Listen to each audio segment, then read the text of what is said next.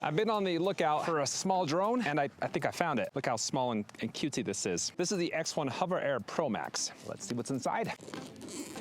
The great reveal.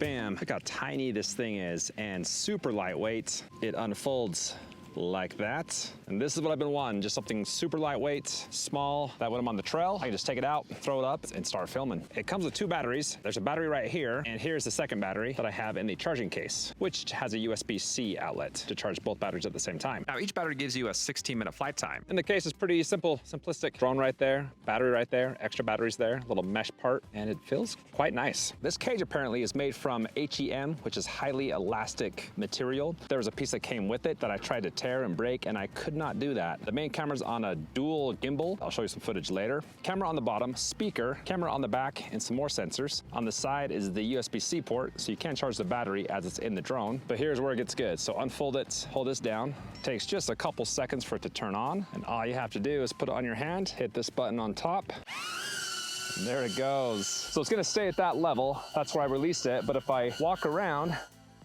you can see that it's turning with me. And then when it's time to call it home, that's your remote right there. Come here, little buddy. Oh, that is so cool. Quick, simple, fast, easy. Oh, I love it. So you got different modes, and they're super easy to change. Just hit this button. Zoom out. That's zoom out. Follow. Orbit. Bird eye. So you got a few different modes, and then you can go in the app and change a whole bunch of different settings. And the one that I would be sure to change is the quality. They say that this is the world's first 8K flying camera. Who needs 4K, 5K, 6K, even 7K when you have 8K? Okay? So the first mode is hover, which just stays in place and only rotates. The second mode is zoom out. Here you can set how far you want the drone to fly out. You can also change the altitude, whether straight up or at a slight angle. You can have it take pictures, video, or both. Then there's different shooting modes. If you want 8K quality, you do need to switch it to normal mode. If set to HD, it only allows 4K at 60 frames per second. The second mode is follow, and in all modes, the quality and video style can be changed like the first mode, and then also things like distance, elevation, frame rate, and resolution. There's a few modes where you can change additional things, which I'll talk about when I get to them. Now in this mode, the drone does a pretty good job of keeping up, and it can go pretty fast up to 26 miles per hour, with a peak speed of 37 miles per hour. The next mode is orbit. In this mode, you can set how far you want the drone to be away from you, the angle, and then how many rotations.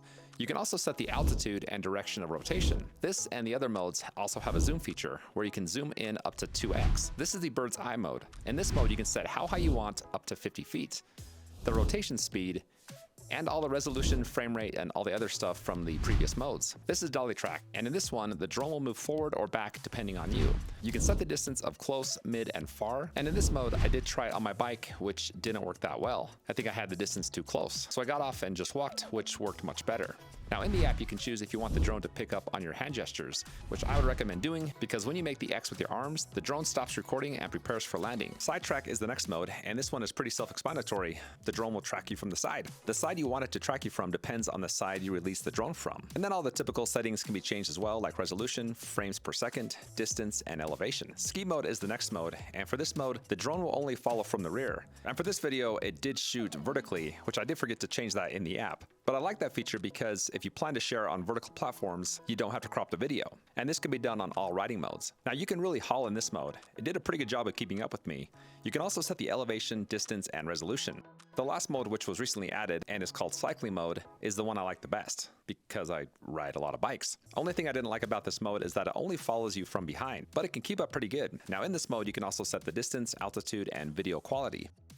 The last thing I gotta tell you about is the manual mode, and in this mode you can control the drone through the app on your phone. You can record from your phone, change the quality, orientation, and steer it with the two digital joysticks. One controls the elevation and rotation, and the other controls the flight direction. Now I haven't had a ton of experience flying drones, but this felt pretty intuitive. Now this has got built-in 64 Gs of memory, and with an SD card you can bump that up to 1 terabyte. This also has collision detection. I made a short video on that if you want to check it out. It's got omni-terrain, which allows you to fly over water, snow, cliffs, and in low light. And with the app, you have a flight distance of over 1,600 feet. With the remote, you can get up to 1 kilometer. This package that I have is pretty affordable at $700, which is the drone, 2 batteries, and the charging case.